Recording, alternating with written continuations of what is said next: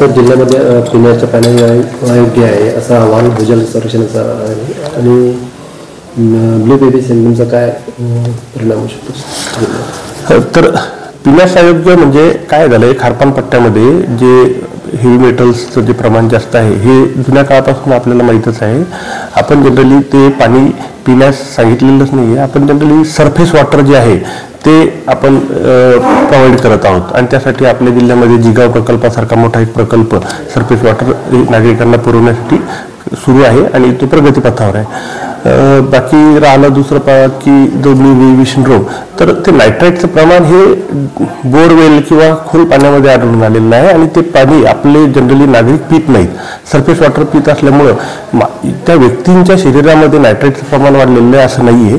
बाकी त्यांचे ब्लडचे सॅम्पल्स आणि काही पाण्याचे सॅम्पल्ससुद्धा अजून पुढील तपासणीसाठी माननीय कलेक्टर साहेबांच्या मदतीने आणि सहकार्याने आणि त्यांनी जसं सूचित केलं त्याप्रमाणे NABL लॅब याला पाठवत आहे आपण नाशिकला.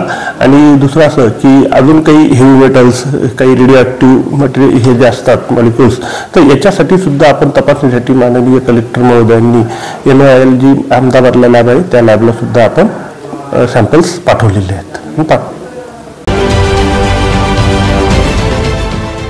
देश विदेशातील प्रत्येक घडामोडींचे लाईव्ह अपडेट मिळवण्यासाठी आता साम टीव्हीच्या सर्व सोशल मीडिया प्लॅटफॉर्मला लाईक, फॉलो आणि सबस्क्राईब करा. तसंच सर्व नोटिफिकेशनसाठी बेल आयकॉन प्रेस करायला विसरू नका.